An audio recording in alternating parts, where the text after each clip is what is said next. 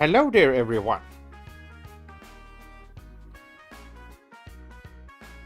Welcome.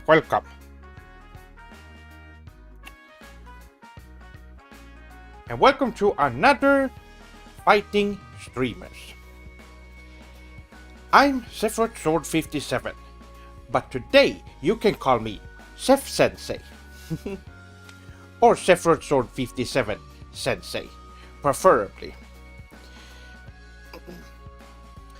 And today we'll be doing something very special. You soldiers can probably already see right here. I'm going to go through the SephirothSword57 timeline and also be discussing the lore of the channel and the story that is going on. And right here you can see everything here. And also there's something behind the chat as well, which I will be showing in more detail. I will be moving this so it's easier to see for your swordlings. But anyway, let's see who is attending right now.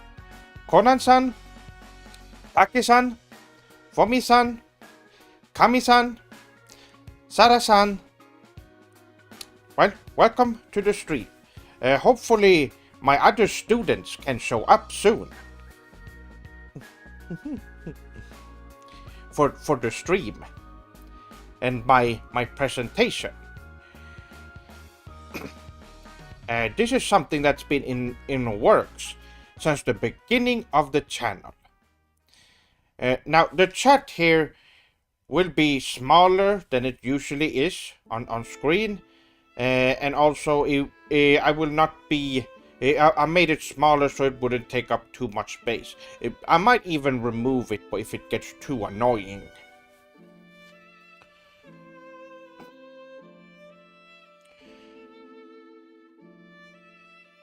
Def Sugoi News. I received notification of this stream. That is great to hear. Finally, maybe YouTube noticed that after I called them out on it, hopefully they changed their ways. Or at least my channel, because they realized there was something going on. Hopefully that won't be that much of an issue anymore. But yes, today's topic will be the SephirothSword57 lore and timeline. And we're gonna be focusing on that, so try and stay on topic today.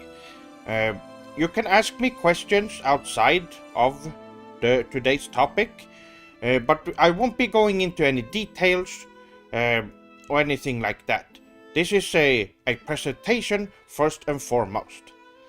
But I will be starting in a little bit.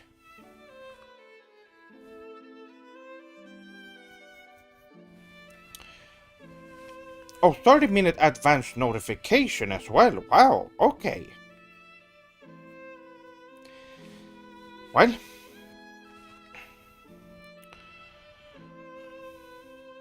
the week since you announced this stream during the last one didn't go by fast enough, but we are finally here.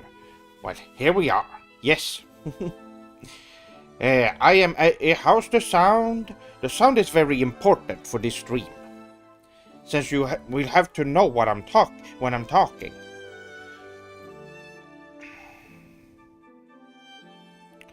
Seph-sama, while we wait, what is your personal opinion of the Final Fantasy VII Remake? Well, you obviously haven't watched my video on it. Right there. It's in the timeline for a reason, because the review that I did is actually part of the timeline, and there's story elements in it that's important to the overall storyline of the SephirothSword57 show. For all of you swordlings, now I want you swordlings to be honest with me now, because I know there's some new swordlings in there. How many of you have been watching my older reviews and watching the playlist to be updated on the story? It's okay if you've been busy when doing other things. So you can tell me if you haven't watched those videos. Sound is good? Okay, that's good to know. But yes, Final Fantasy VII Remake is super sugoi, and it is, well, it's a remake of the best game ever made. So, of course it's gonna be great. I have been watching for years and have favorited the playlist. That is great. Forgive me, Senpai, I have to educate myself. That is fine. That's why the playlist for your swordlings is available to watch, to follow all these videos in order. Now, I will be waiting a little bit so the swordlings don't miss out. There are some swordlings that are gonna show up a little late. It's to be expected. And then I will start the presentation. I have my notes with me to go over all the intricate detail of this storyline. How does your beard look so luxurious, Hansi? Well, I have, as you know, I take care of my beard. I do use stuff like I comb my beard a lot. I use beard oil, and I have beard shampoo specifically for that, just to make sure that it's in tip-top shape. Now, as you can see, I'm not in my typical location right now. Since this is, we're now in class, and we have to, yes, I'm in a classroom right now, you can say.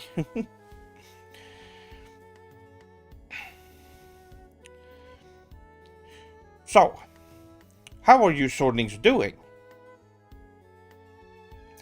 I myself am very, are you wearing a wig? No, this is my hair.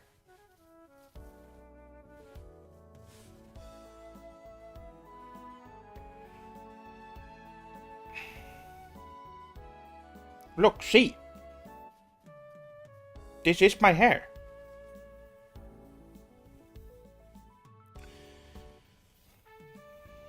I don't know why I would be wearing a wig. What's the point of that? I have wigs. I have wig for when I went into my Bankai form, but obviously we will be getting to that later. Well, arigato, Sara-san. I do take care of my hair as well, so it makes sense.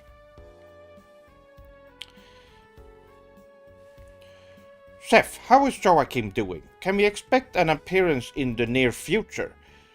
Yes, I can say that. He is doing fine, by the way.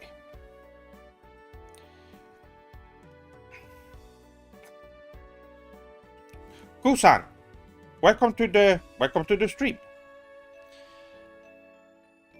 So yes,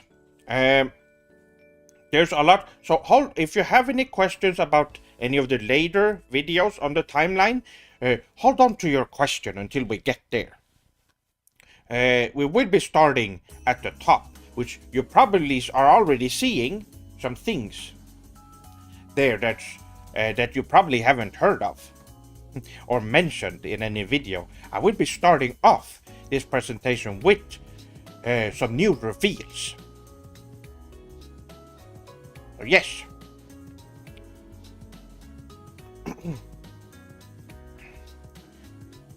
Are you also seeing the timeline? Can you see everything? By the way, all the information on there, you probably are seeing it right there over in the character. You can see there's question marks on Aniki's name. he doesn't have a name here, and that is because this is for the Sephiroth Sword 57 show timeline, and not Sephiroth Sword 57 Gaiden, which is the sequel show to the Sephiroth Sword 57 show. And think of it like Naruto Shippuden. It's a sequel to the anime Naruto. Waka-san, welcome. Missing the starter. Yes, you did miss. I haven't started the presentation, so you're good to go still. We haven't started yet. But yes, make sure if you have any questions about the lore of the show, and any of the, maybe some of the details, doesn't have to be lore specific, but any of the details of my previous videos, you can ask if you're curious about some stuff.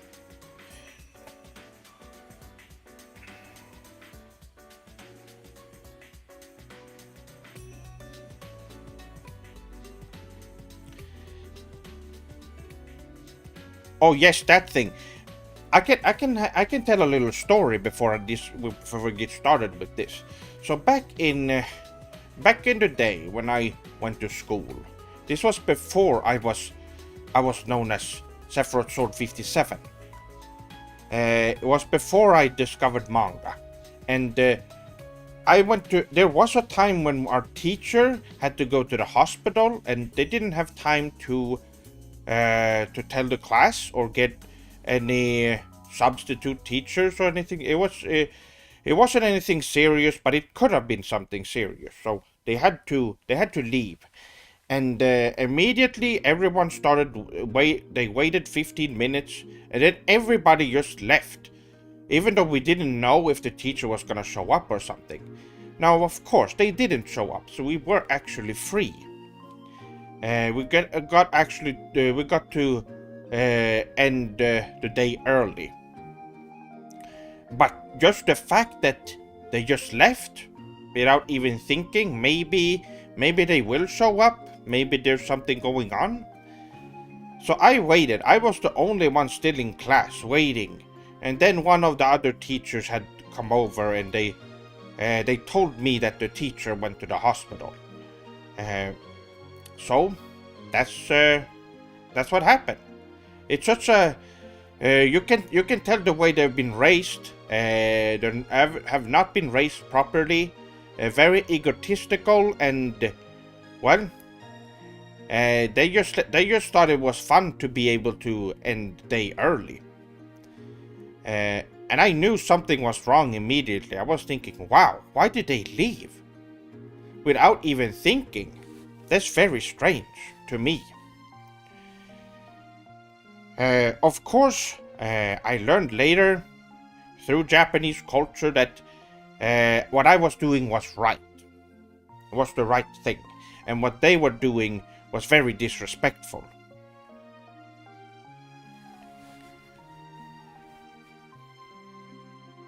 Yes. I don't know. Thinking back to that moment, it's very. I don't like thinking about it because it makes me lose respect for the people I went to class with.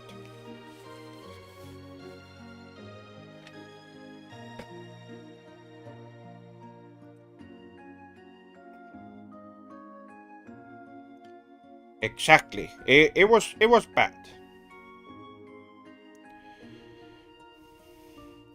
Seph-sama, have you played Pizza Tower? What is that? I don't even know what that is.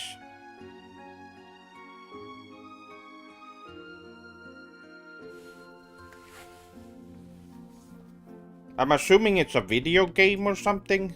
I do not recognize it.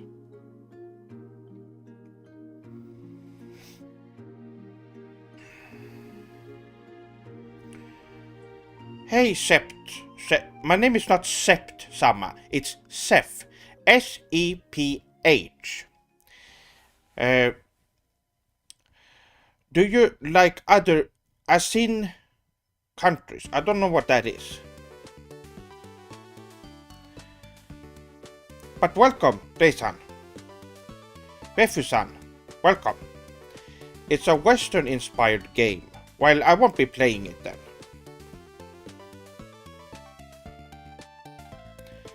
Seph, have you ever thought about putting together a playlist of your Super Sugoi music?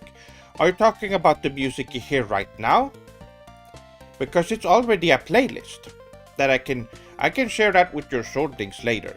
If you're talking about my original music that I've made, then it's on the channel.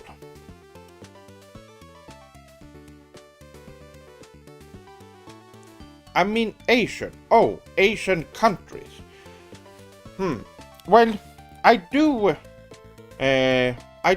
have some respect for South Korea, even though they're more like mini Japan. It's like a smaller, it's like a little brother to Japan. In how they imitate Japan a lot when it comes to just popular culture, music. They imitate Japan a lot, which is very cute. It's very kawaii in a way.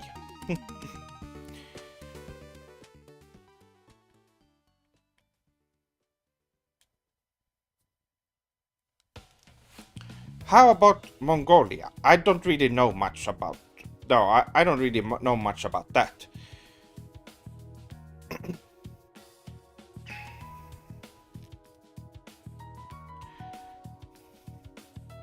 Dento-san, welcome.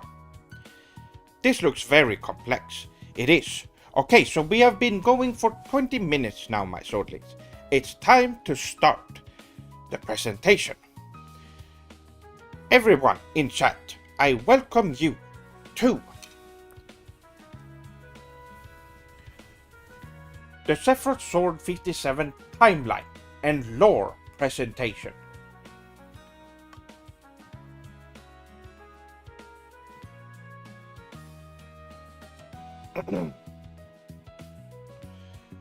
Now,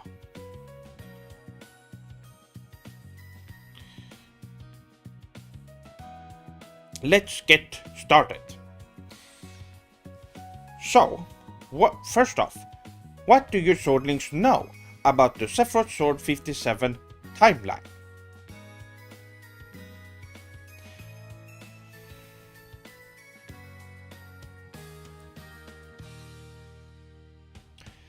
If North Korea had anime and JRPGs, it would be pretty cool.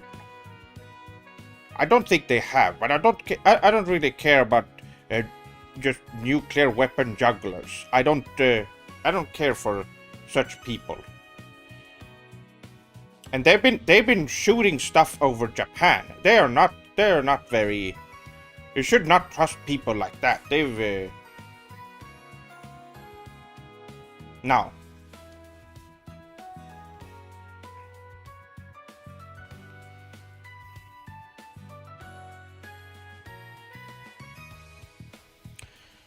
So, my swordlings, let's get started.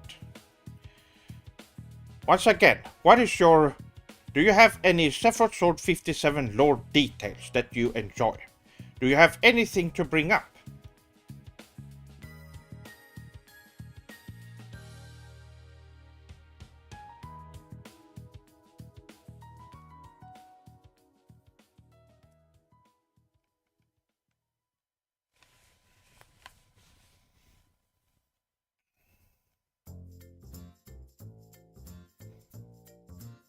My swordlings, did you hear what I said?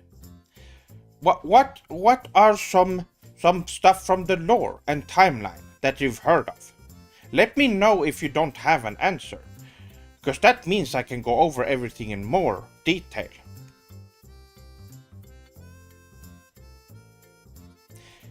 Sephdaddy57, well, that's one.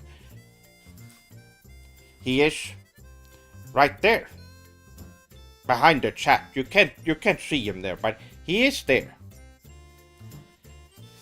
He is a character that I created. It's like if I was a Westerner. Pretty much. It's like the opposite of me. in a way.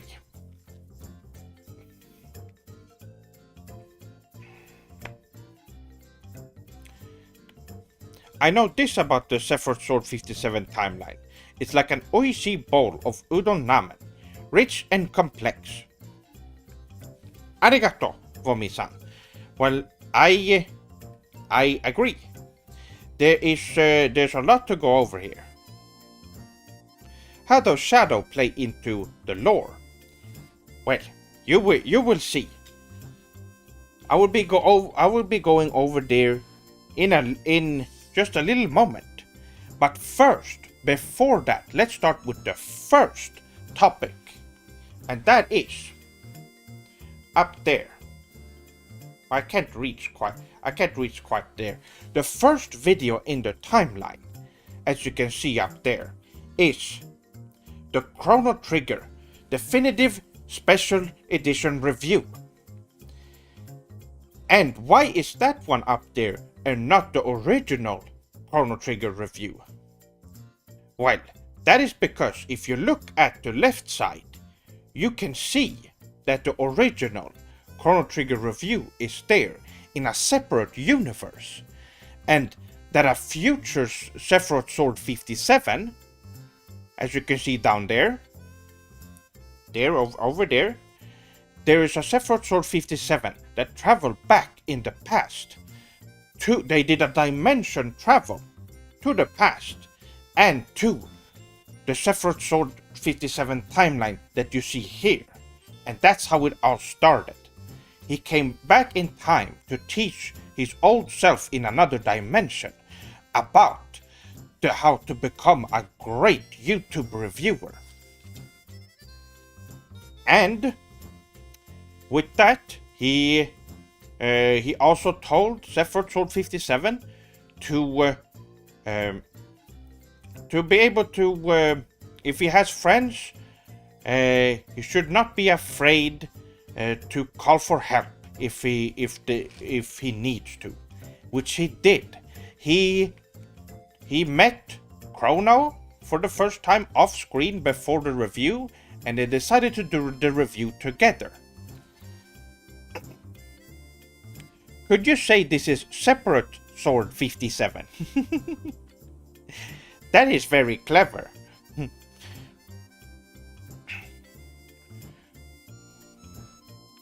I'm still curious as what happened to Shadow. Well, we will get to that as well, of course. Hey Seth, would you say only caring about only one place and not exploring other cultures is very Western view? Well, it is, yes. Westerners always think that their own, especially if you look at the far west, you know which place I'm talking about. They think they can just stay in their little country, and they think the world works exactly the same as their country. They're loud and obnoxious people. I think you know who I'm talking about. What kind of people? They need to travel to other places, especially Japan, to get a better world view.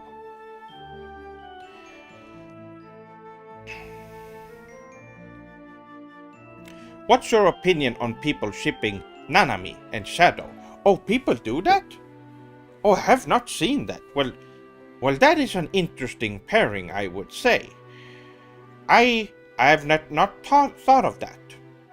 Now, it doesn't really make much sense because she would be devastated in the show if that was actually the case. So it's not lore accurate.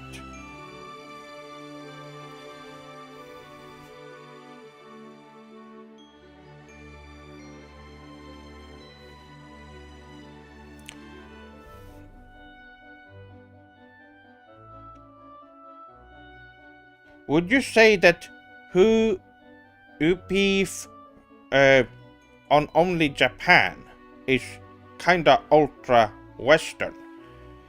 No, because Japan is foreign. It's a foreign country. I found the Undertale review to be an honest take as opposed to the biased Western reviewers.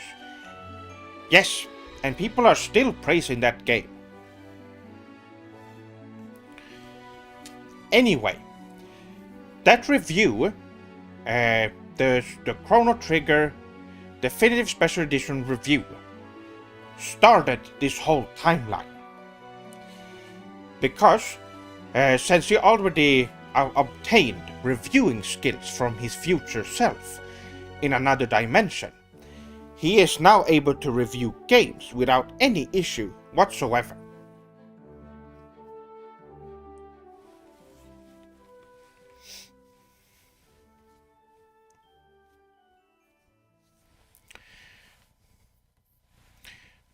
So, what happened after that? Well, first off, it started the saga, the first Sephiroth Sword 57 saga, which is the Rise of Sephiroth Sword 57 saga. Now, as you can see, there are more sagas down here and later on, and these red ones are arcs, which I will be getting to later. And arcs makes up multiple arcs makes up a whole saga. That's how it works, for those of you who are wondering. But I'm sure a lot of you have been reading manga and stuff, so you know what I'm talking about. But for the next video, we have this one, the Sonic the Hedgehog review. Now, this is a video that I made many years ago, and I made it after the original Chrono Trigger review. And I was able to find it after many years of what I thought was lost media, but it wasn't. I was very happy to be able to find it and share it with your swordlings. That is the second video in the timeline, because Sephiroth Sword 57 first meets Shadow the Hedgehog in that very video. So, if you go and check it out, you will see that they're greeting each other for the first time. And, well, that's the biggest thing. Shadow becomes a very important key character in the Sephiroth Sword 57 lore. Next video is the Final Fantasy VII Remake review. Now, the things that happen in this video is that it is the first video to where Cloud, Seph's loyal friend, Cloud Strife, appears and they greet each other. This is why this saga is called the Rise of Sephiroth Sword 57. It is because he meets all his friends here, and this is how he grows up to become one of the world's strongest reviewers. Have you updated Joachim on the timeline? Yes, Speku-san, we will get to that. I will be going over that. Hold on, my swordlings. Oh.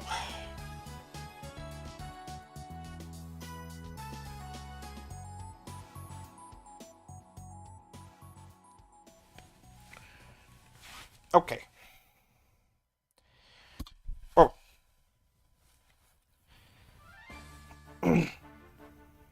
Gaga-san, welcome. Konbanwa to you as well. I have just started the presentation. Welcome. Thank you for making this. I have long had a hard time keeping up with the intricacies of the sagas of Sephiroth Sword 57. Rise of Seph is the... Hold on. Whoa.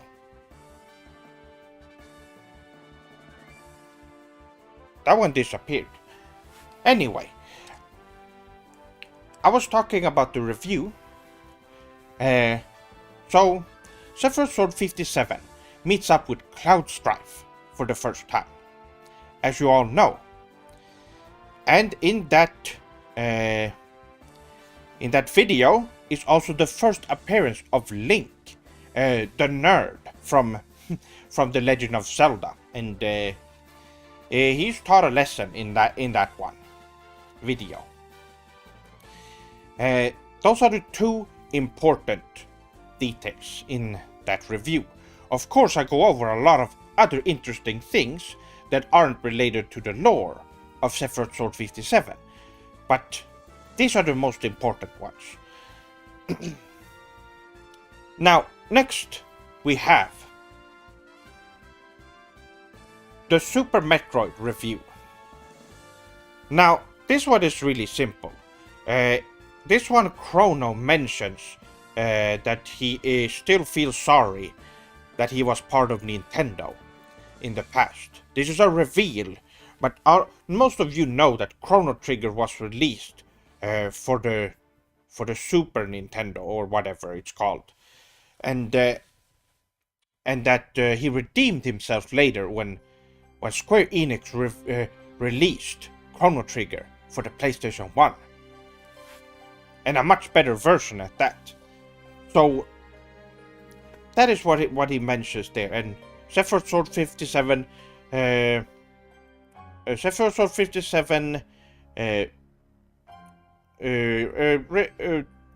tells him not to apologize. He has accepted him already as a loyal follower, so it is fine. Now, here comes a big one. But before that, let me read up on chat. Link had a lot of nerve calling this Ksoge better than Final Fantasy, his Ksoge better than Final Fantasy VII Remake. Yes, exactly. I thought it would be a fun inclusion in that video when I made it. And also I've already had an idea that I wanted the Cloud video to include Link in some way. Just because a lot of people compared the Ocarina Zelda game with Final Fantasy VII in the day, and said how much better it was and other things.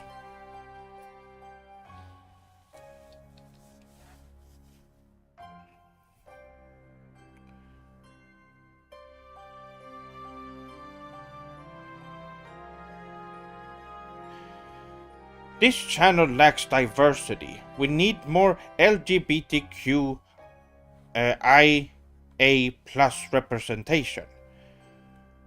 Well, I'm sure that there is diversity in the SephirothSword57 show.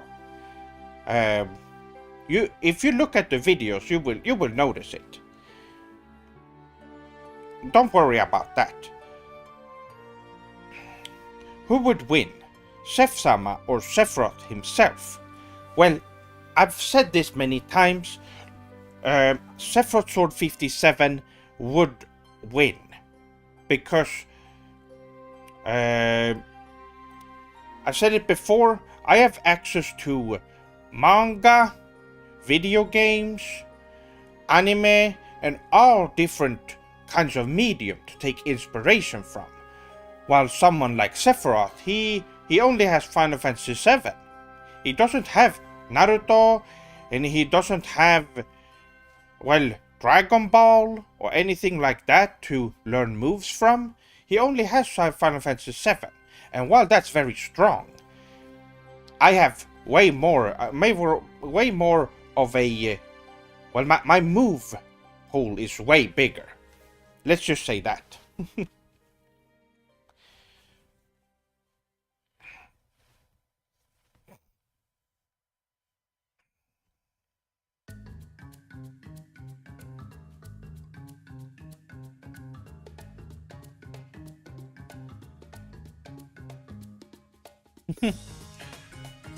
Well, let's continue, because this one is important. Listen up, Swordlings. This is one you don't want to miss. Right here, do you see? This is the Halloween special creepypasta. And why is this in here?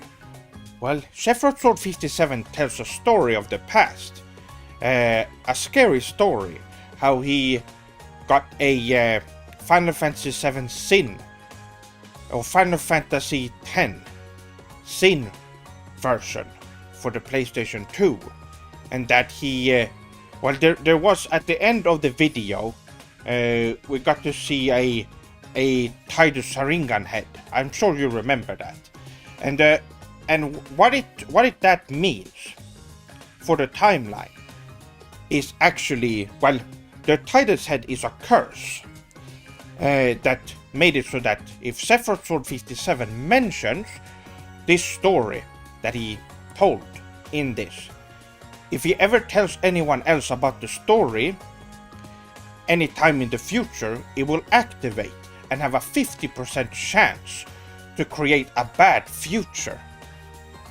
And well, as you can see, there's a split timeline here. There's a 50% chance that the timeline goes here, and there's a 50% chance that it continues on. And well, why don't we explore the Dark Age timeline first? And as you can see, right here is the SephirothSword57 Halloween vlog. In this one is really interesting. So Seth writes, if you remember in the video, Seth has the Death Note, the video game Death Note, and he writes Hironobu Sakaguchi's name in it. Or rather, he writes down all the games made by Hironobu Sakaguchi. That's what he wrote. Unfortunately, when you write someone's name, I'm sure you can understand what he did. He wrote the name of someone in the Death Note, which was of course a mistake, because it was a video game Death Note after all. But anyway, what that did is that through the combination of the cursed Tidus Sharingan head and Sakaguchi dying from the Death Note, video game Death Note curse, made it so that he turned into evil Sakaguchi. Wait, evil Sakaguchi right there behind.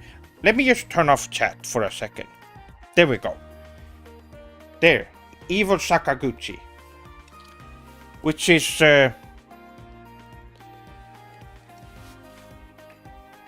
Clone-san, welcome.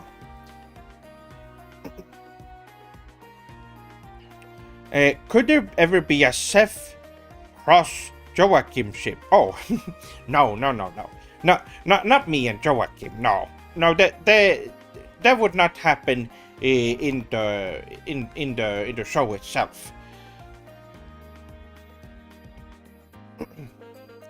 Do you plan on ever visiting Japan? I've already been to Japan, but I will be going there again as soon as I can. I've said this many times already.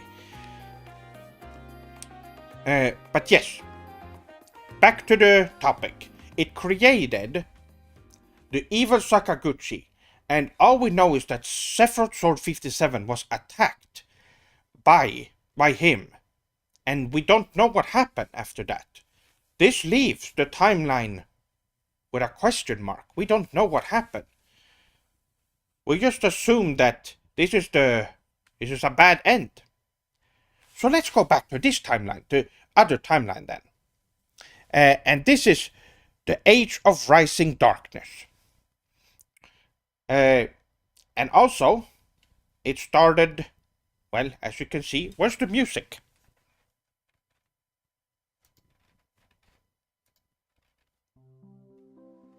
There it is.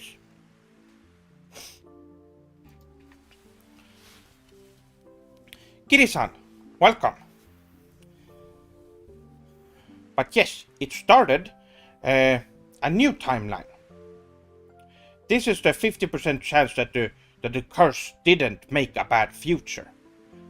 But there's still some bad things that happen, unfortunately, that we will have to go over. I just want to warn your swordlings beforehand because I'm going to be bringing up some painful memories for some of you from what happens in the SephirothSword57 show. So, just a warning.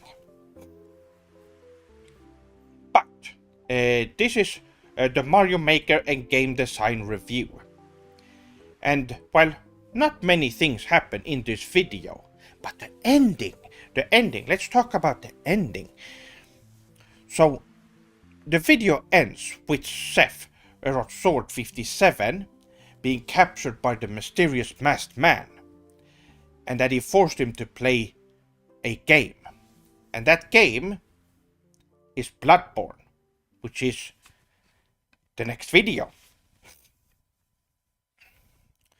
So, a lot of things happen. This is a big deal. This video changed everything, I would say. So SephirothSword57 is forced to review Bloodborne. Hold on, let me adjust my seat a little bit. Oh.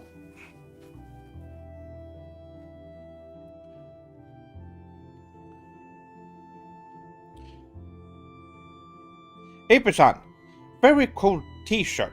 Seth, t-shirt? This is a normal shirt. Anyway. Unless you're talking about my t-shirts that I have at Sefsamas Irjohinten, my clothing store, that you can... I'm pretty sure there's a link in the description to my clothing store where you can get t-shirts and other merch from the SephirothSword57 channel.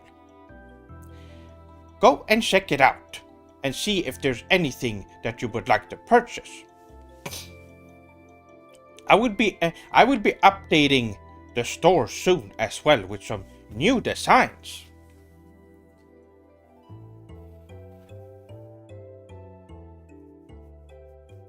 Wait a second, a timeline split? Did these bacas at Nintendo steal Seth's idea and used it for their Zelda timeline? Does the Zelda timeline, do they even have a timeline to begin with? I didn't know. Arigato, Vomi-san. Anyway, yes, let's talk about Bloodborne. So in this video, first of all, big reveal. Joachim makes his first appearance on the channel.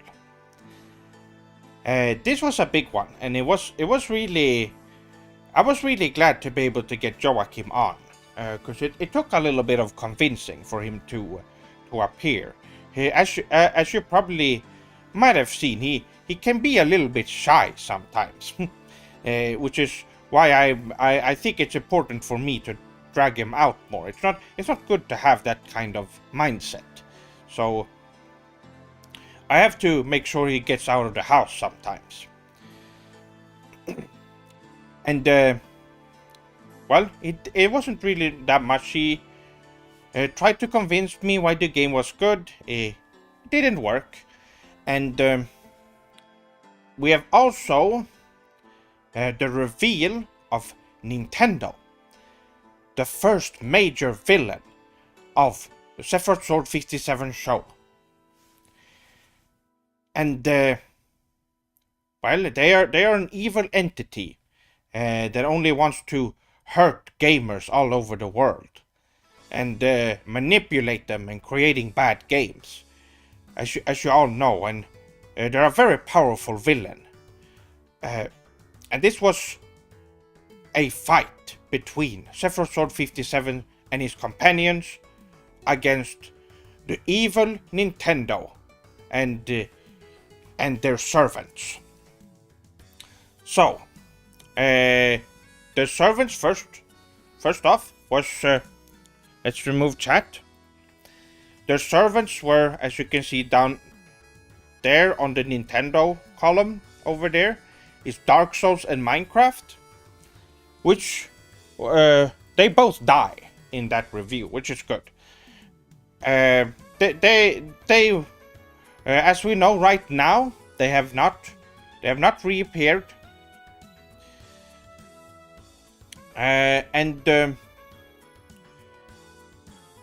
well, what happens next? Chrono, first of all, defeats Dark Souls and Minecraft very professionally and very quickly. And next up, we have that Nintendo kills Shadow on purpose. And that powers up SephirothSword57, and he subconsciously releases his hidden ability, and he uses his Bankai to beat Nintendo and kills them. Now, Nintendo was carrying Dragon Balls at the time, as I'm sure you remember, but Nintendo put a curse on the Dragon Balls, so when Seph would use them, it would do something evil. For example, since he killed Shadow, he already knew that SephirothSword57 would be selfless and use the wish that he got from the Dragon Balls when he summoned Shenron to resurrect Shadow.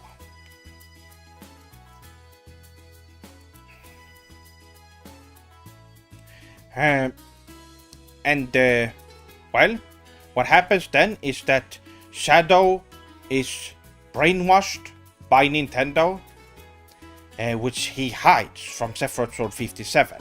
He becomes a spy and works for Nintendo, unknowingly, of course. He didn't choose to be with Nintendo. He was brainwashed by the Dragon Ball curse, and what he does after that video, which you notice that he helps SephirothSword57 with his reviews and helps him finish them. Which, well, I would be explaining it in more detail why he does that. But let's read up on chat before we move on to the next part.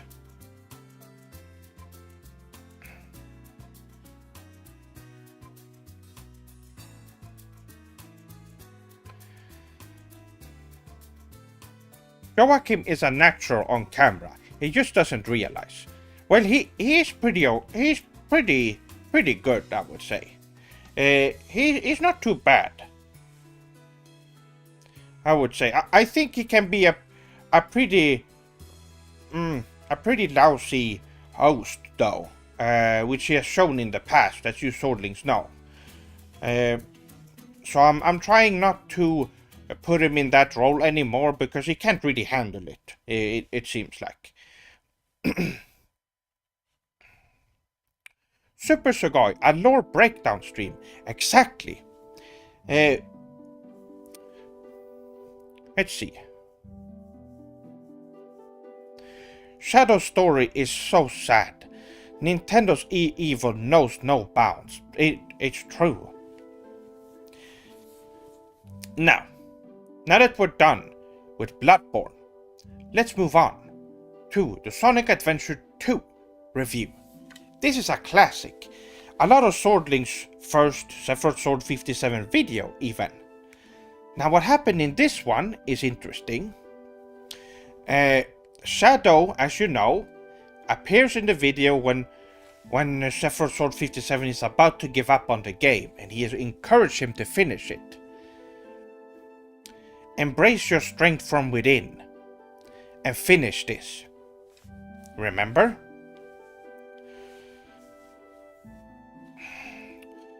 But why is he doing that? It might seem like he's just being friendly and want to help SephirothSword57. But as we know, he's brainwashed, so that's not the case. So the next video, there isn't really much as any more details in the Sonic Adventure 2 review, by the way. But in the next review is the Shadow the Colossus review. In this one, Shadow dies again, but he dies on purpose. He purposely takes the damage from Shadow the Colossus, and he dies. But he made sure that SephirothSword57 had a Phoenix down on him, so he could use it at the end of the review to get Shadow back. Again, the reason why he did that was to bring out SephirothSword57's hidden ability. He has this hidden ability to use different moves, and in the Shadow of the Colossus one, he powers up and use the Rasengan and the Kagebunshin no Jutsu to defeat Shadow of the Colossus. Now, of course, Shadow of the Colossus is on here as well. Right there.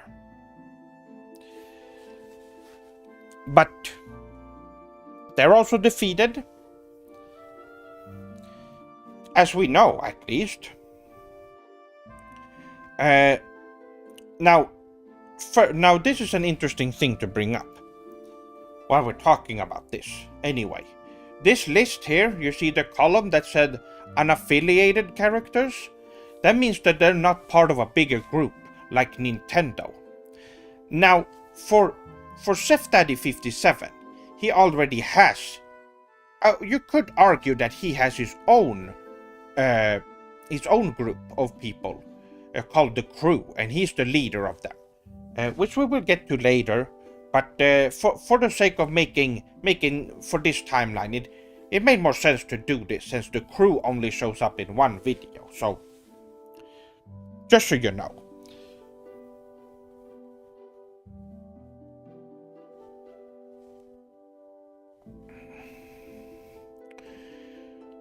Anyway, next up, we have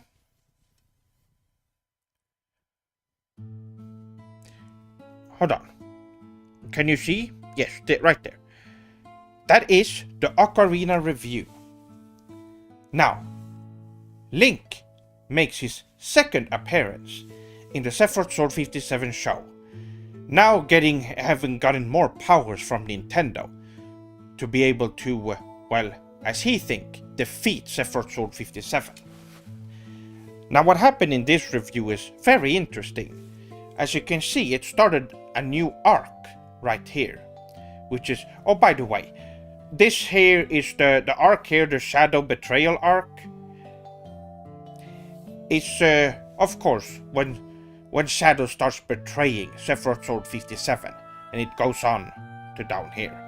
But this one starts the Silent arc. And what does that mean? Can any of you Swordlings guess what that means? If you watched the old timeline video from years ago, you might remember why this would be called the Silent arc and what happens in the Ocarina review. Do you remember something that SephirothSword57 does that would make the name of this arc make sense?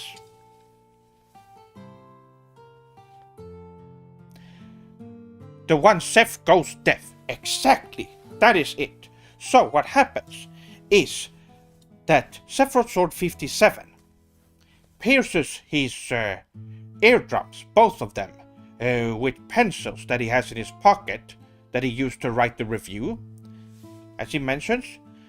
And for the remainder of that episode, he is deaf. But not only that, for the next video, we're done with this one, by the way, we're moving on to the Smash Brothers review. The Smash Brothers review is part of the Silent arc because SephirothSword57 is deaf during that whole review. He reviews that whole game while being deaf. And you might argue, hold on a second. You might be asking me, Seph-sama, that doesn't really make sense. He talks to Shadow in that review. How can he hear what Shadow is saying? Well, if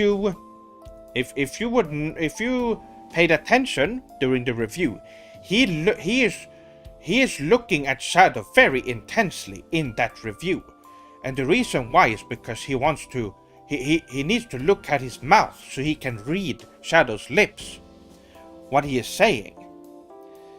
And of course, when SephirothSword57 went deaf, he his other other senses got a boost in power. His eyesight got better, his reflexes got better, and everything else. So he became stronger from losing his hearing.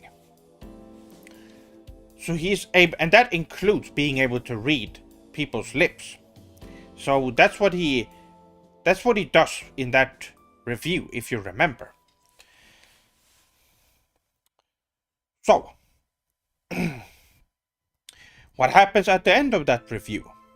Well, you don't see her, but Nanami shows up at the end. Well, she doesn't show up in the review, but she's at the door at the end of the review. She doesn't make her on-screen appearance until some videos later. But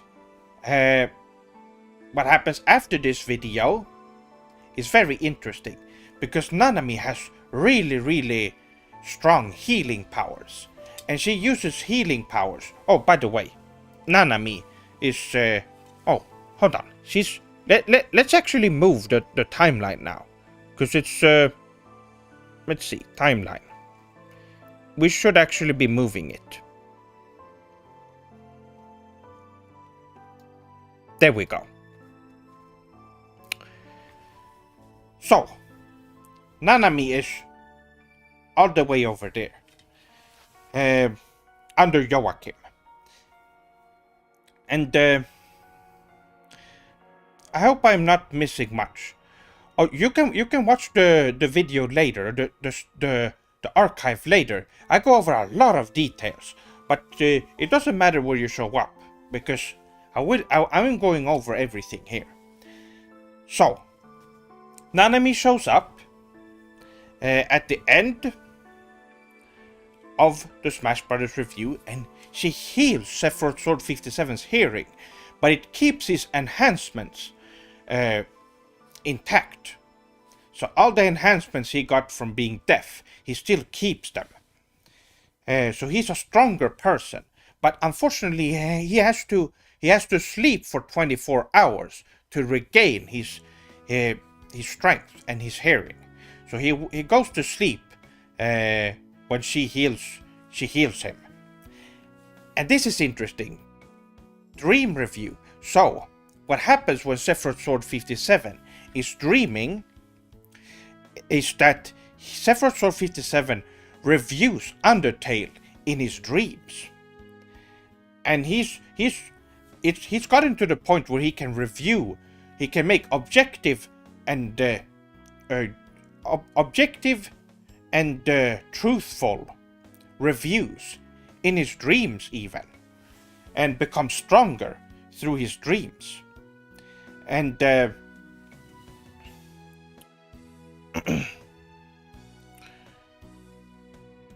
wrong chat.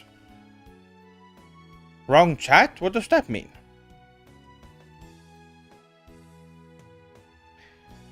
Exquisite hat attire. Well, arigato, Kevin-san.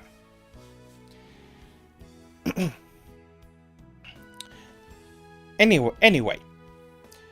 So yes, during this sleep, the silent arc, he also reviews. Oh, Kami-sama, once again, YouTube did not notify me about the stream. I missed a lot of lore. Of course, YouTube ruined it again. I'm not surprised.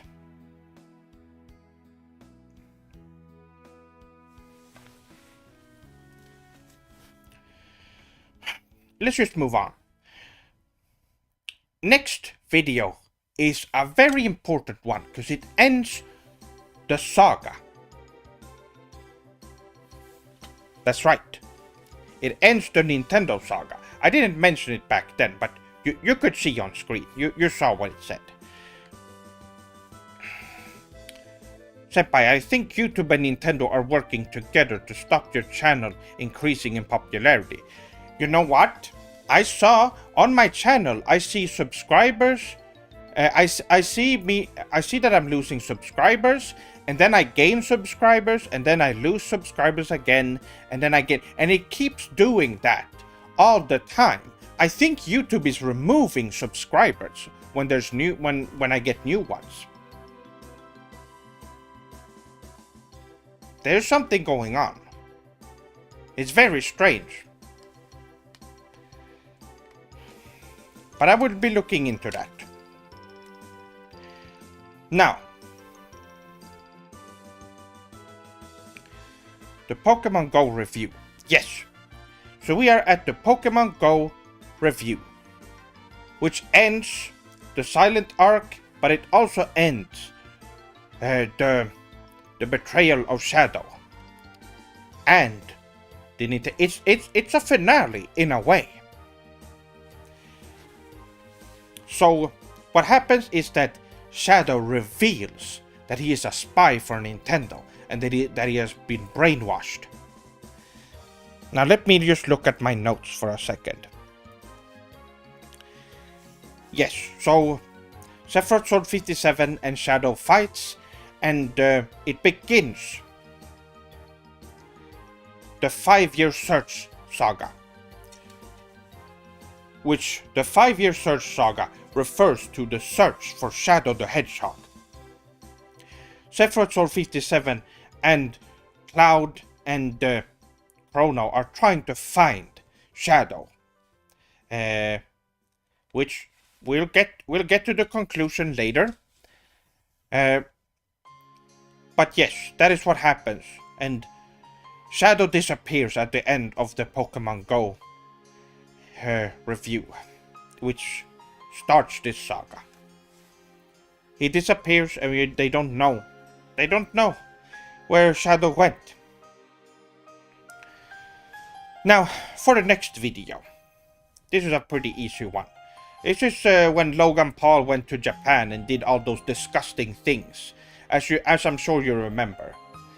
Logan Paul did some really disgusting acts while he was in Japan, and yes, that's what happened. And next up, oh yes, that's right, we have the Final Fantasy 15 review before that. Gomenasai. So the Final Fantasy review introduces Noctis loses Caleb. On the left over there. Under Nanami and above 2B.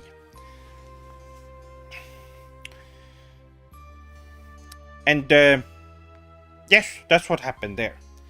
Anyway. And then Logan Paul's disgusting act. And after that, oh, by the way, Noctis also joins in on the search and also looks for Shadow. Because he really looks up to SephirothSword57 and wants to help out. So that's what's going on there. Now, next up starts the Sephdaddy57 saga. Now, you can see here that there's a question mark here, because the Sephdaddy57, the first video here in the timeline of the Sephdaddy57 saga, which is the Doom review, you can tell that this is not their first encounter when SephirothSword57 meets Sephdaddy57. The Doom review is not the first one. There is another video or some kind of event that happens where they meet each other for the first time. And we don't know. We can speculate that it happens before the time split or afterwards. There's some arguments that can be made for that. I like the ecchi scene with Nanami-chan at the end. Yeah, that was very funny. Anyway, so yes, that starts the Sephdaddy57 arc, which is part of the 5-year search saga. So he interrupts it with which is his nonsense and westernness. But anyway, what happens here is very interesting.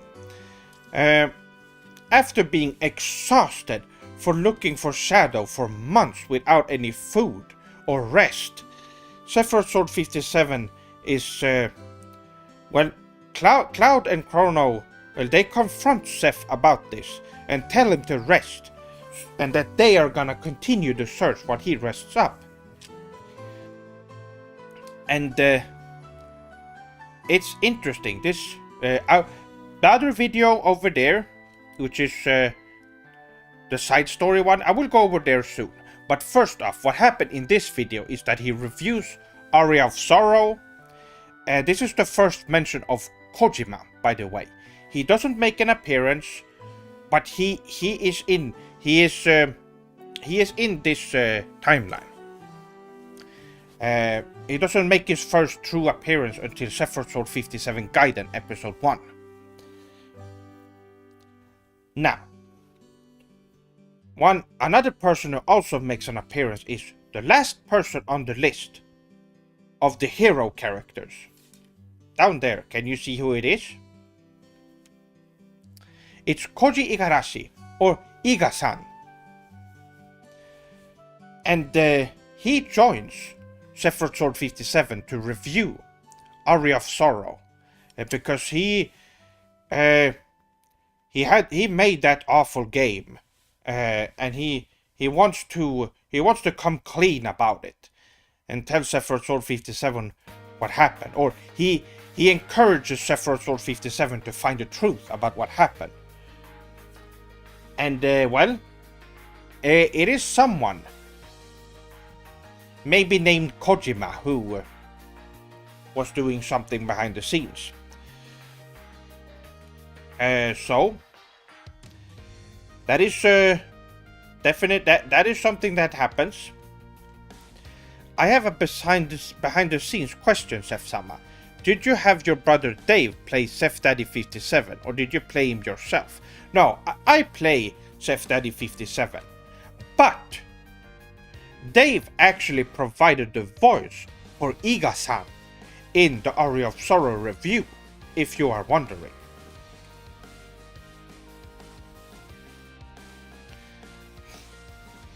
But I play Sephdaddy57.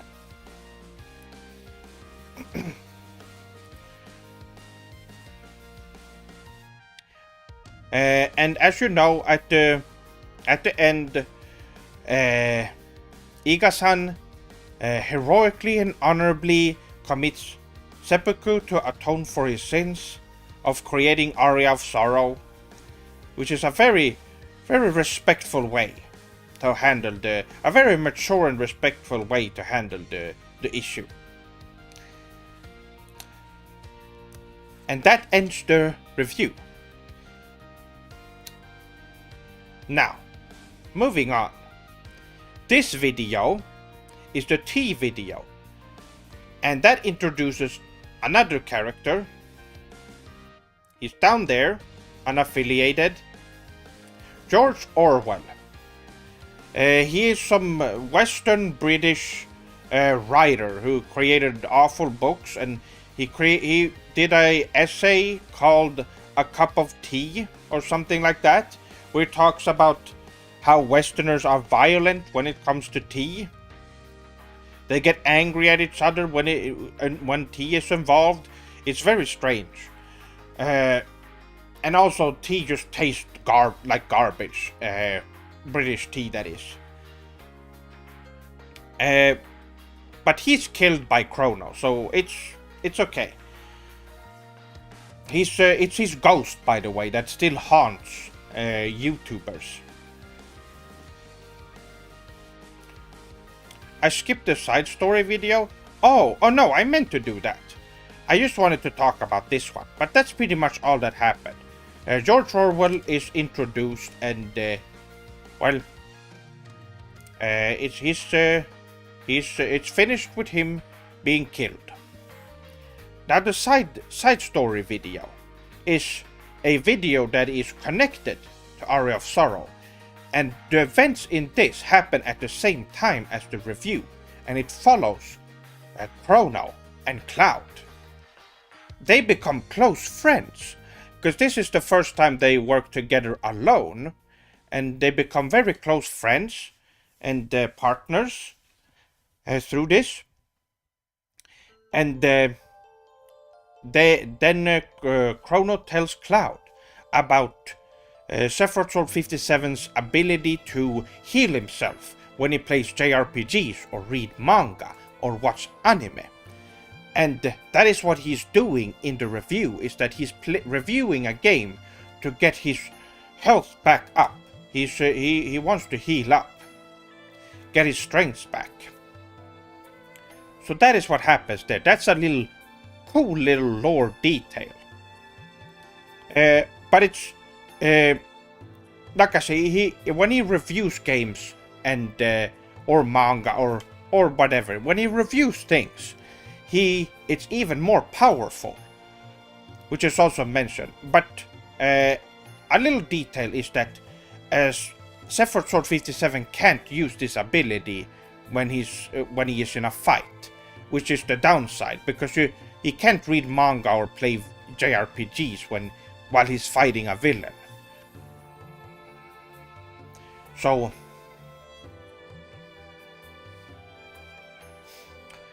moving on. Here we have the San Andreas review. Now what happened in this video is that the Doom video is that SephirothSword57 defeats Sephdaddy57, although what happened to him afterwards we don't know. Well, it is revealed here in the San Andreas review that Sephdaddy57 was trapped in the San Andreas game. And when SephirothSword57 reviews it, he gains his power back, and he uses the Mafuba technique from Dragon Ball to switch places with SephirothSword57 and himself. So he becomes, well, he switches places with him, and that's where the video ends. But what happens after that? Well, it continues to the San Andreas review the second. In this video, it follows Sephdaddy57 as he's taken over the life of SephirothSword57 and tricking SephirothSword57's friends to be to follow him and do his evil deeds. Now, of course, Chrono, Cloud, and 2B, they are able to figure out that Sephdaddy57 is not actually SephirothSword57. And now that SephirothSword57 is stuck in San Andreas and having to be controlled by Sephdaddy57 as he plays his awful games, he's about to give up. He's so tired and can't really do much. This has been going on for it's been weeks, by the way, between these two videos. He's been trapped in San Andreas for weeks. And what happens is that Sephdaddy57, while he was trapped in the San Andreas game, he heard about a secret that you can obtain in the game that will grant any wish you want. And he is looking for that secret outside of the game by playing it. Well, the secret reveals itself to SephirothSword57 because SephirothSword57 has the objective force, which you can see up here, and well, down here, can you suddenly see? This is the subjective force down here. I will go over them in more detail soon. Just wait a little bit. I will be going over that. I can't go over too much though, because that would be a future plot point in SephirothSword57 Gaiden. So after that, when the spirit has revealed itself to SephirothSword57, and he gives SephirothSword57 the wish, and he can wish anything he wants. And what he wishes is for him to switch places with Sephdaddy57, putting him back in the San Andreas game and be trapped in there. Unfortunately, Sephdaddy57 still has his crew waiting for SephirothSword57 as he gets back. The crew was introduced in this video as well, which you probably remember. They're not very noteworthy. They're very weak villains. So the only reason they can become strong is in numbers.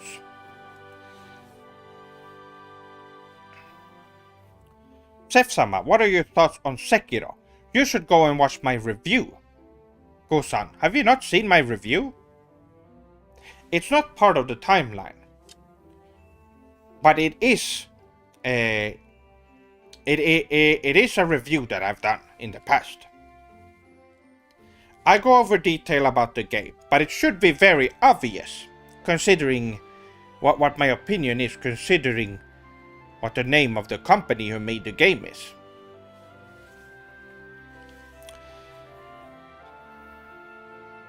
Arigato, Fomi-san. Anyway, so we finish off with the SephirothSword57 having beaten up the crew, and when he is done, he is in a very weak state. But SephirothSword57's companion is there to save him, and we can easily assume that Nanami was there to heal him up, which is what most likely happened. And now we are getting to this video.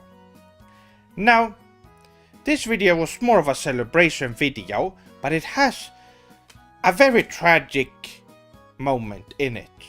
As you know, Noctis dies in this video. Noctis passes away from an incurable illness. A very important character in the very important hero character and a great companion lost his life, and that is the first true death of a hero character in the show, which is what I really I wanted to show that off. I wanted to show off a tragic death of a good, just a good-natured character who fights against Nintendo. Now, we also have some other small details, like they bring back things that happened in the past here that they bring up that proves that this video takes place here in the timeline.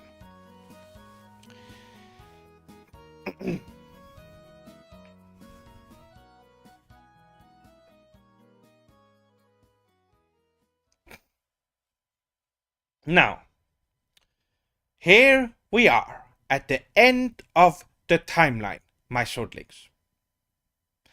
What we have here is the Breath of the Wild video review. And we can... There we go. Music. So, from here to down here, it's been 5 years. The video starts with a message that it's been 5 years since this saga began. The search for Shadow. And how does it conclude? Well, your swordlings probably already know the Breath of the Wild video is very important as it marks the finale and end of the SephirothSword57 show. The last video that ever happens. And, well, in this one a lot happens. Nintendo reveals themselves. more powered up and even more frightening than before. And they say that they're going to release Shadow if SephirothSword57 reviews one more game. Which he does. He reviews not only Breath of the Wild, but a dozen of great JRPGs and Japanese games as well, on top of that. It raises more questions than it answered. It is true, yes. Many of the questions that we get in the Breath of the Wild video will go over in the SephirothSword57 guidance show. So, there are other things that happen. Shadow does appear. Shadow is released from Nintendo, but Nintendo releases Shadow in another dimension through a portal. He also, when SephirothSword57 tries to fight Nintendo only defeats him in one hit. Nintendo has become so strong that they're now able to travel to any dimension they can, which is why they were able to put Shadow in another dimension, which is something that even SephirothSword57 can't do. And while the last minute or so of the video, so many things happen. Nintendo disappears in a portal to another dimension, and a new portal opens up. Another dimension portal opens up, and this character up here, which we know as Aniki in SephirothSword57 Gaiden, appears throughout the gate, and SephirothSword57 then gets stabbed by a Shadow clone, which is not Shadow, by the way. It's not Shadow the Hedgehog. It is it's something different. So and that ends the review. We don't know what happened. SephirothSword57 gets attacked, and it's almost like he's died from that attack. But no, that did not happen. The story continues in SephirothSword57 Gaiden. But there's one more thing that Nintendo brings up to SephirothSword57, and that is the idea of the objective force and the subjective force. So let me explain these concepts for you shortly. The objective force is the force of good. What it does is that it's about objectivity, it's about being truthful, and it is what powers goodness in people. Stuff like objective game reviews and stuff like that. Just being objective will power. That means that you are powered by this force, if you are a person like that. Now, for the subjective force, that applies to people like Nintendo fans who play awful games, and they're all being manipulated by subjective, thoughts and the evil. All they care about is subjectivity. They're overly opinionated, and they say things that are non-truthful. And it is what Nintendo channels. Every time someone is being subjective, it channels Nintendo, and Nintendo gets stronger. That is what the objective force and the subjective force is. Now, there are more characters. Of course, there aren't Nintendo characters that possesses the subjective force. Like, for example, we have down here SephirothSword57 and George Orwell also they both possess the subjective force. While someone like up here, Aniki, obviously has the objective force. And all the Nintendo characters, they're all part of just subjective force, as you would probably guess. Now, let's see here. Is there anything else I should mention?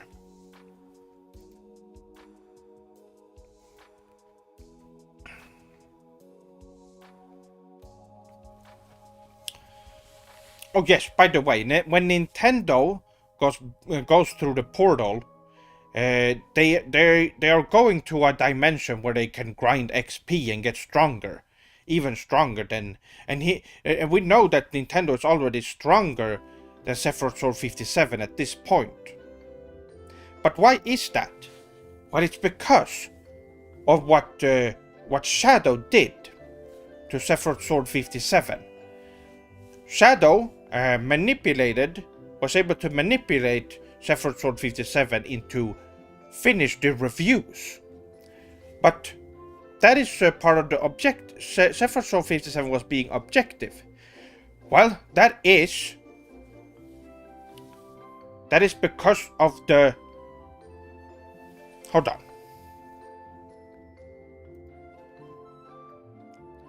That is because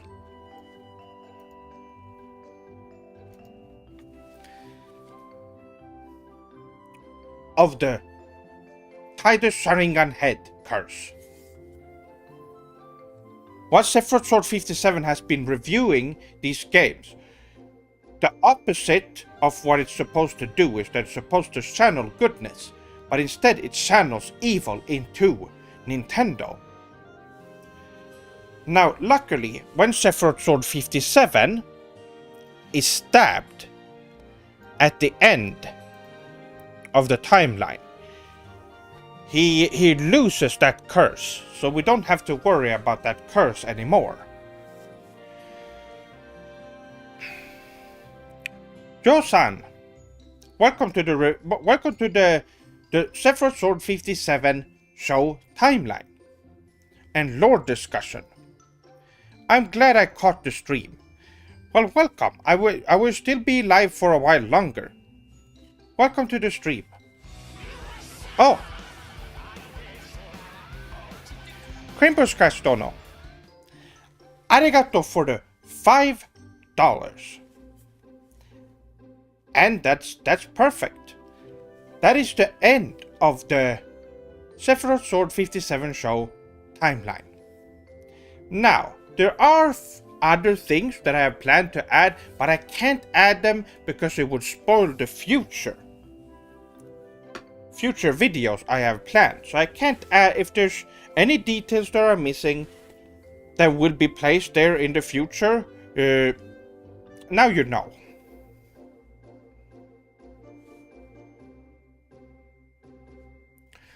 Sef-sama, in an unavoidable real-life combat situation, would you prefer to wield a katana or two tanto? Katana, I would, or preferably my bokken, of course.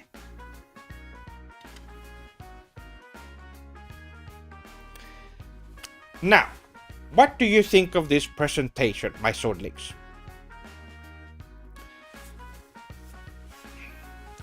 Now, you can ask any question you want about the lore and the timeline.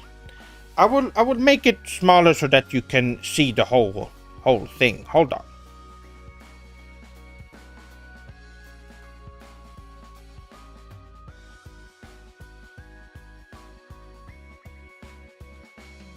There we go. Now you won't be able to read much, but if there are any details here, I could point them out.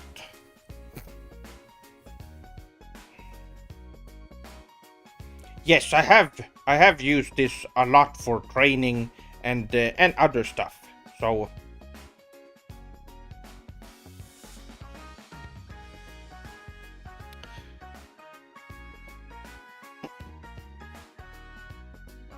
Oh, well, that is the timeline. Seth Sensei, would Clown and Cloner pretend to be dating if it meant that they get a couple's discount at the cafe they perform their manzai sketches at? Well, they probably would. They probably would do it to get a discount. Yes, I think there's something that they would do. Cloud could even he can even dress up. he would do that.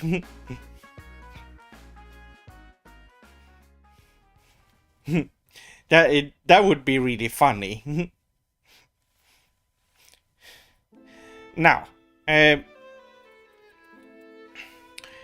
what about Sega characters? Were they wiped out by Nintendo in this timeline? No, Sega characters still exist, and well, they're probably in hiding, most of them. We don't really see a lot of Sega characters now, do we? In the SephirothSword57 show, it is explained that Nintendo, together with the Yakuza, brought Sega down in the 90s. It is explained in the Smash Brothers review. Of course, there are other characters that show up, like Shadow, for example.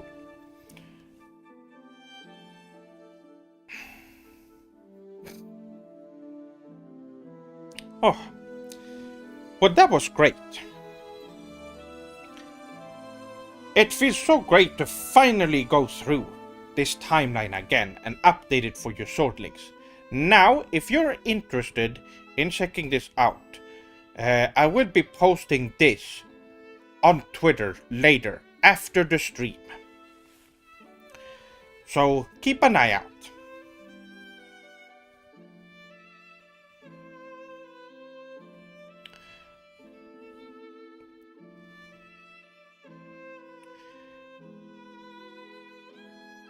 Yes, Sonic has not showed up in the SephirothSword57 show yet.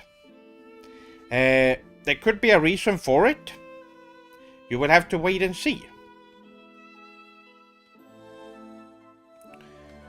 But yes, go ahead, my swordlings. Ask any questions you want. It doesn't have to be lore related. It could be any question.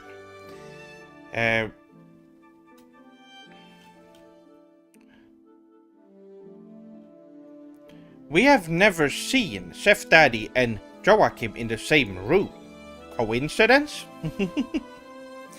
Most likely, yes. It's just a coincidence.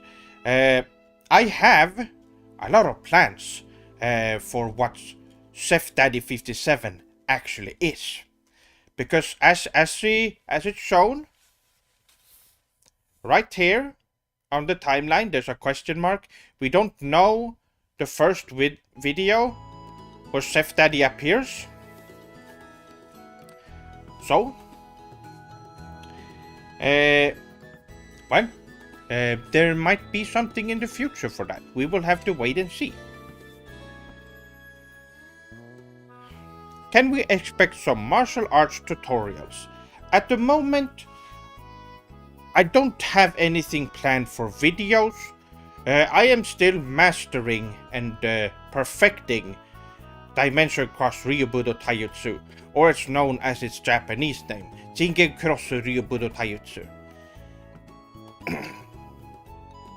What is this fancy pin? Oh, this one. Oh, you can't see it really well. That one. It's a Sega pin that I got from an old Sega. Oh, it's this one right here. Hold on. Oh. Of course, everything has to fall down.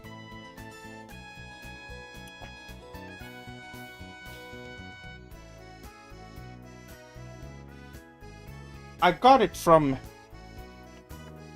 Sega Power. Oh, you can't see it. It's from this Sega Power. from 1991.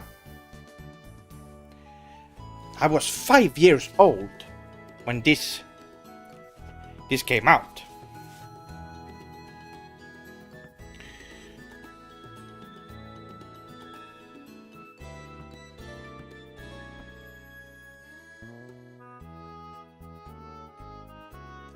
Double Agent Shadow utilized a monster named Shadow of the Colossus to empower Seph-sama. Did he plan this? That is interesting, isn't it?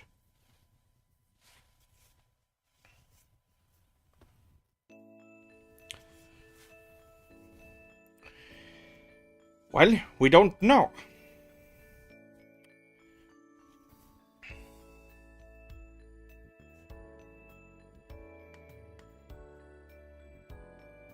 How is Joachim? Did he cure his depression? I hope he has not gone completely bald. Well, you already know I did cure his depression in the video that I made with him. He's doing fine. Joachim is doing fine. He was also in this video down here. Time to Celebrate. If you go check out Time to Celebrate, Joachim is in that video.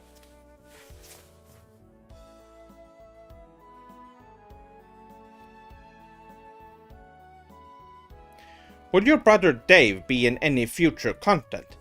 I sense a love triangle arc. A love triangle? No.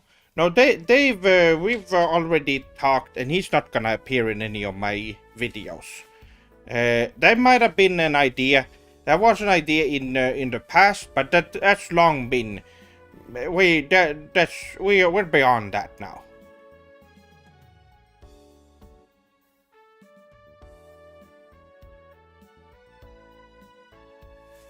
He started cleaning up his apartment right then and there. That's not something depressed people do. That's true.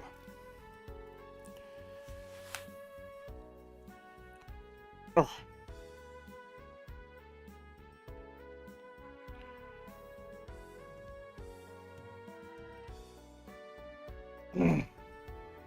Oh. Gomenasai, I just had to check something. I got something on my phone.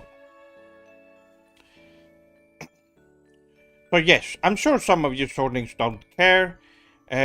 My brother created a TikTok account. I personally don't use that account at all. But all the YouTube shorts will be uploaded on there.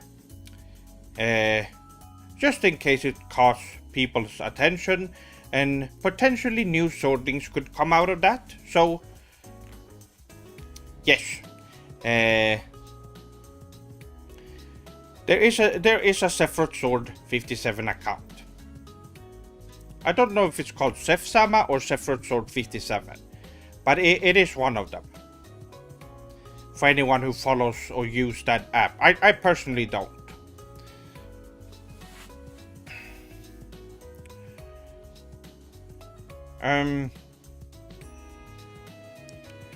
Now let's see.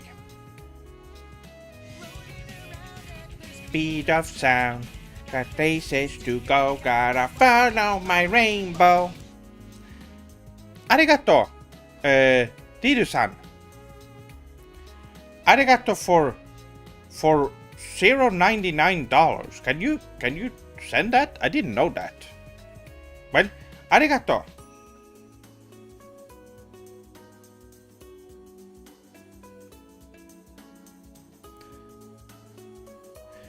Oh, Yurusei Yatsura. Yes, it was really sugoi. It was really good. I have not watched a lot of it, but I did watch a bit of it. Did Rouge the Bat appear yet? No, I've not had Rouge on the SephirothSword57 show yet. But you never know. Maybe in the future.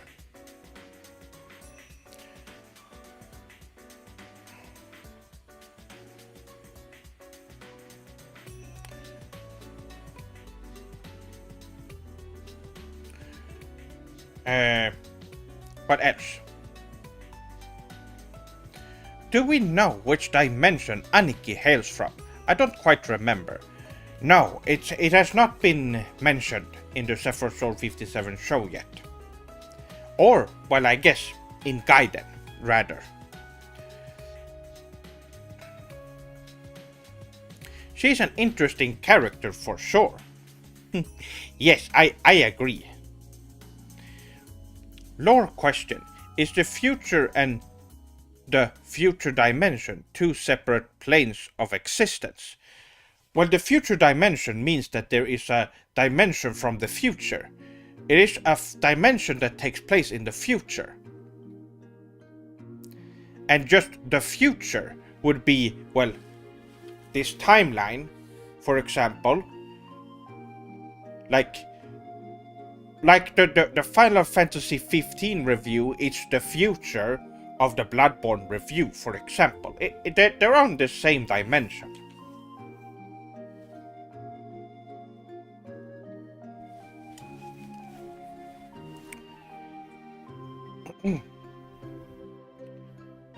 So yes, it is different.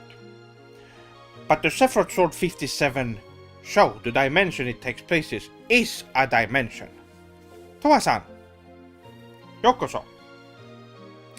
Oh, I would like to mention, unrelated to the SephirothSword57 timeline, I am updating the Patreon. That is getting updated, and I also put a new goal that is up there. The company that I work for has been closed down, and yesterday was my last day at work. So I am now unwillingly going full-time on YouTube. I had to be laid off. So if any of you swordlings want to support the channel, I put a goal on the Patreon.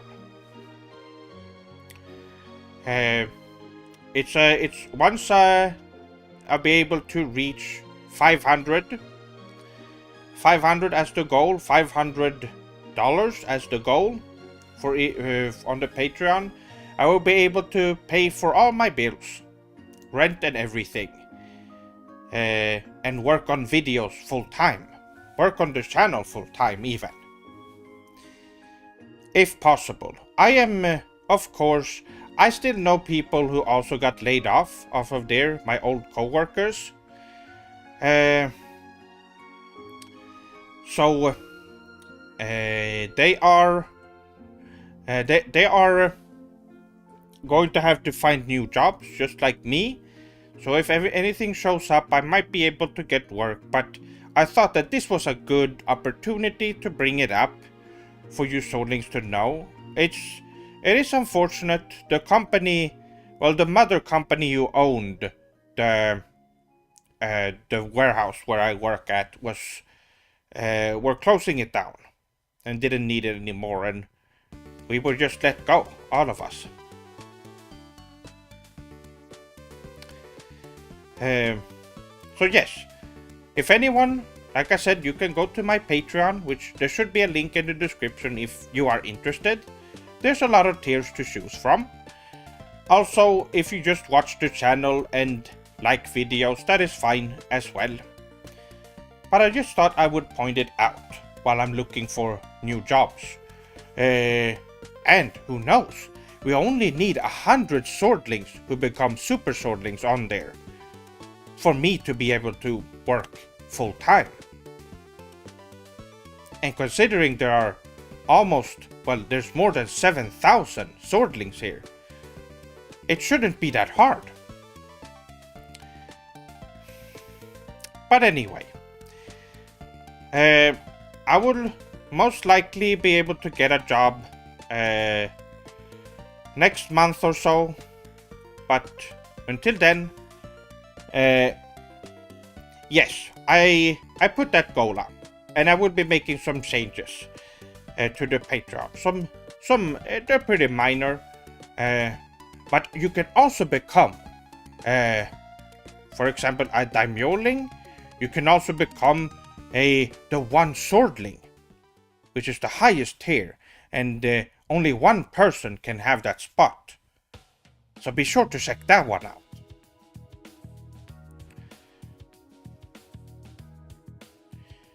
There's only one spot available for the one swordling, the highest rank among all swordlings.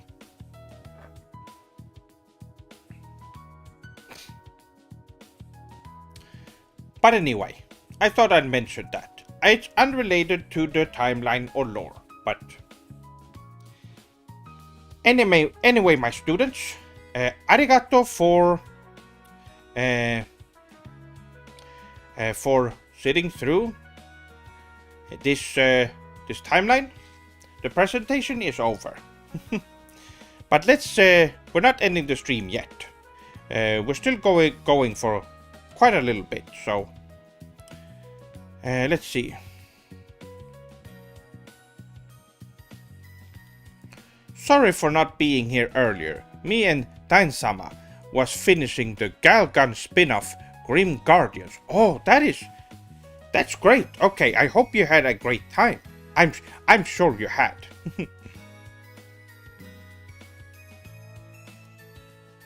But yes, I do have a lot of things planned for the channel, and I know you swordlings are gonna like it.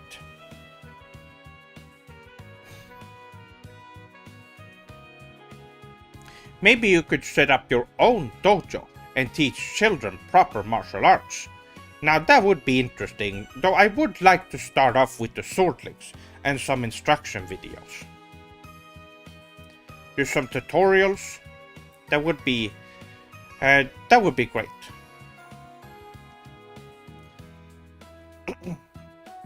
But anyway. Oh, well, I have been meaning to get to do this for a long time. This presentation.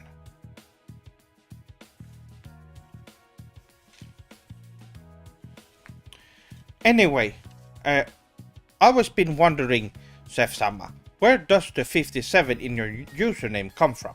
It comes from my old username I used back in the day during the forum days. And I wanted Sephiroth Katana at first, but that was taken, and I went with SephirothSword. That was taken, so SephirothSword57. I was on a lot of forums back in the day. A lot of Square Enix ones. Most of them are completely gone, by the way. Which is very unfortunate. But it is the way it is. But I have heard, so that's why I made the iceberg video. As you remember, I knew a lot about Square Enix. That's because I spent a lot of time on forums back in the day, talking to people and gaining information through that. So yes, I hope that answers your question, Dan-san.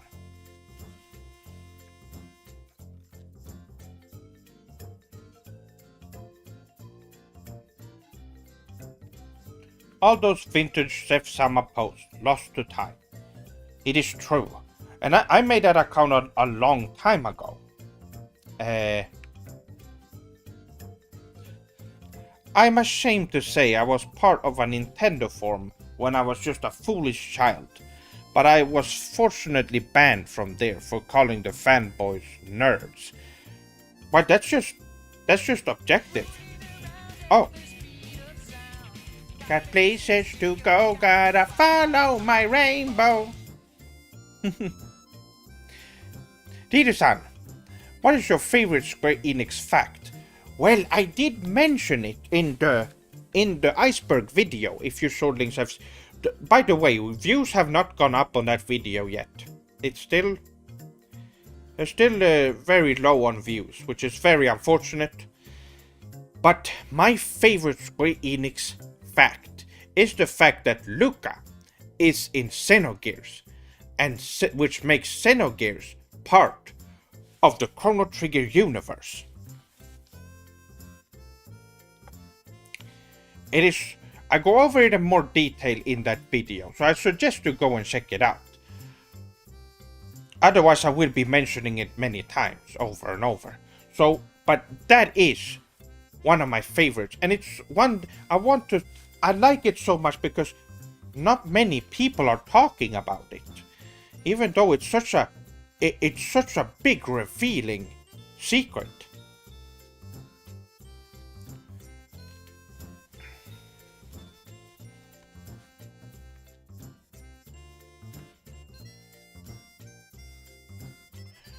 It's really cool. Anyway, arigato for the $4.99, Diru-san.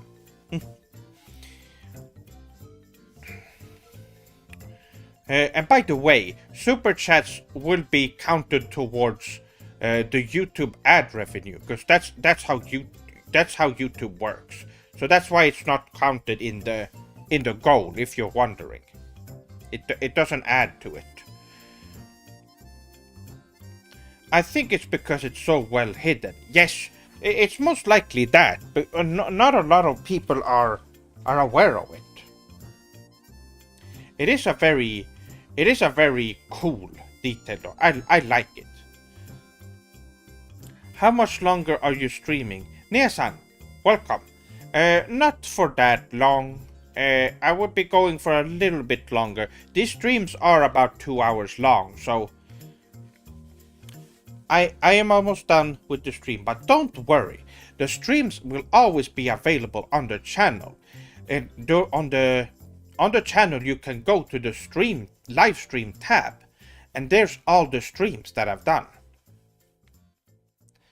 So you can go and watch the whole archive for free after the stream.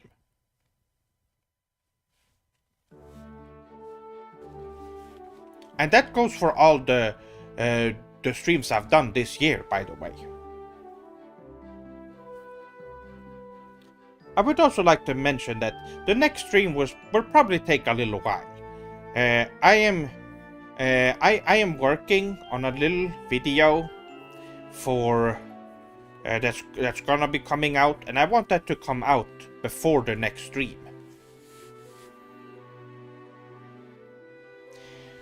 So if you swordlings wondering, then yes, it will.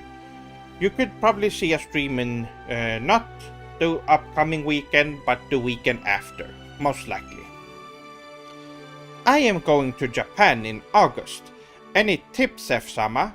I will spend my time mostly in Tokyo, but I am planning to go to Soa City and pay respect to one of the oldest Shinto shrines in Japan.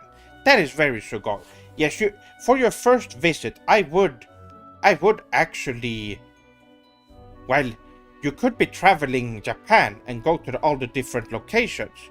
There's so many great cities. Osaka, you could go to, but if you're only staying in Tokyo, Akihabara, you need to go to Akihabara and go to the cafes there. And then you also have the Square Enix Cafe, which you should go to. I've been there. It was newly open when I got there, back in 2016. So I'm sure their menu is even bigger than it was when I went there. Will there be a future use of the VOD channel, or will that be used for to archive older streams from Twitch? I am actually thinking of putting up all the old streams on there at some point. But most new streams will not be uploaded on the VOD channel. No, that channel will not be that much active. I am considering what game to play next, and that Dain-sama and me finished Grim Guardians. Any thoughts? DMC5? Oh, that's a really good one. Killer 7 or Shenmue 1. Shenmue is really amazing. You could go and play an old classic like Shenmue, or you could play the Triumphant Return to Devil May Cry with Devil May Cry 5. Have you and Dansan played the earlier Devil May Cry? 1, 2, 3, and 4? Because if not, then you should probably go with Shenmue.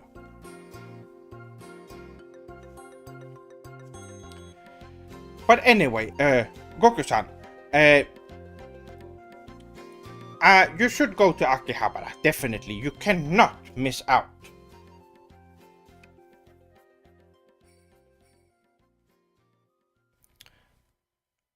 I have played them all except 5. Dine has not played any. Well, they should be playing them then. Play the... Maybe you guys should play Devil May Cry 1 through 4 as well. But of those games, Shenmue is the one I would recommend. Seph-sama, what are your opinion on the Persona series? I've already talked about this in many videos of mine. Take-san, you seem to have not watched a lot of my videos. I would recommend you go after the stream to go to the playlist that I have of my videos and check them out, because I talk about Persona a lot. But anyway, yes, the Persona series is super sugoi. And I actually played the first Persona game back in the day on the PlayStation. After getting Final Fantasy VII, me and my friend Joachim, we went back in the PlayStation catalog to find JRPGs to play, and Persona 1 was one of them. And we played that, and it was great, even though they obviously changed things. As we all know, they changed stuff in it in the West, which is really baka. Names and stuff. It's really strange. I need a new JRPG that is not Final Fantasy at the moment. Do you have a top 3 priority list? Oh, that's not Final Fantasy? Well, we have Dragon Quest XI on PlayStation 4. We have Chrono Trigger or Chrono Cross. And for the third, how about Hyperdimension Neptunia? Have you played those games? You should play the first Hyperdimension Neptunia if you haven't. It paused again.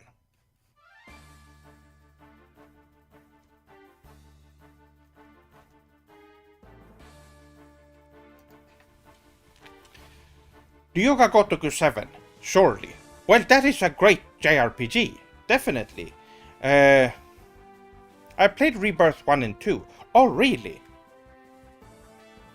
Well then.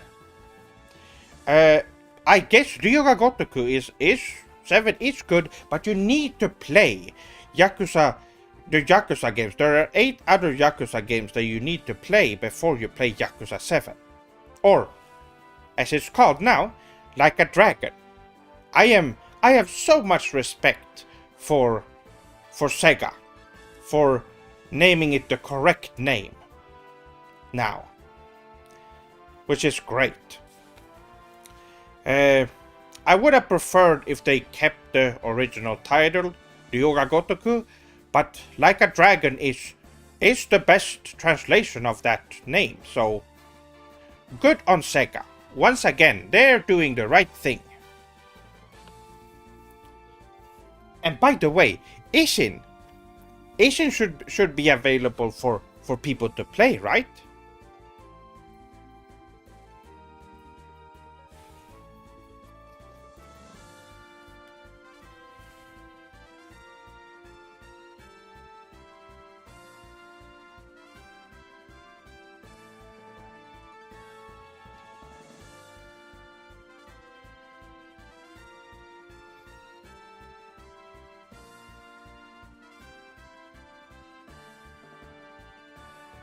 Anyway.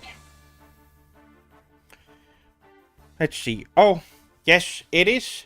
My swordlings, it is getting late. And, well, I have some things I need to do. But if you have any more questions in chat right now, let me know.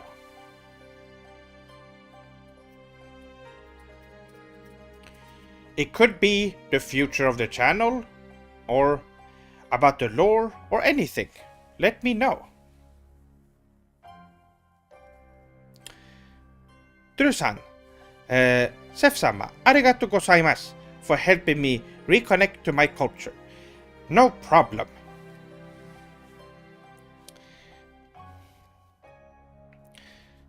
Seth, I am looking for Sugoi JRPG music to listen to while I study. What would be your top 3 OSTs to listen to?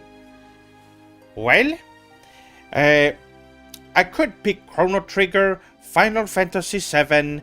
I could pick all the classics. Chrono Cross, obviously, great music. But since we are listening right now, we're listening to Ys Origin. Listen to the soundtrack, the OST to Ys Origin. That's one of them that I really recommend. Or I can say this. Listen to any Falcom music. Any Falcom game soundtracks are great to listen to.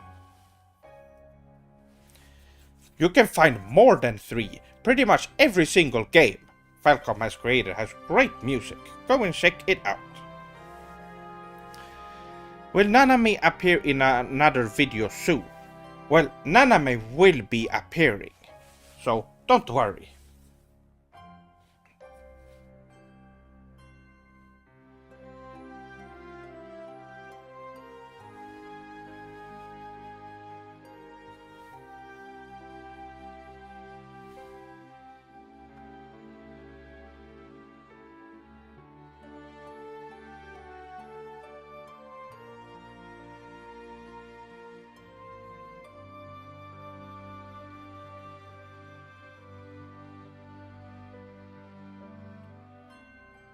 Arigato Seth-sama for the great suggestions. No problem.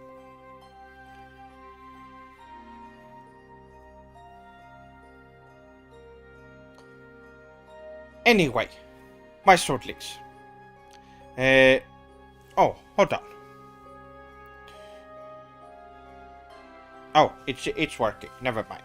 I thought the stream froze for a second.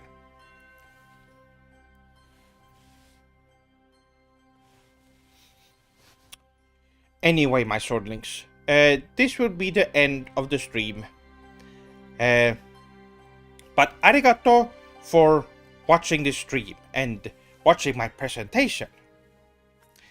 I hope you swordlings have a good night, evening, morning, or day.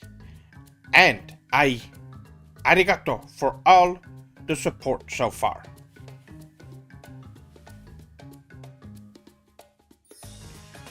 Moshi mosh!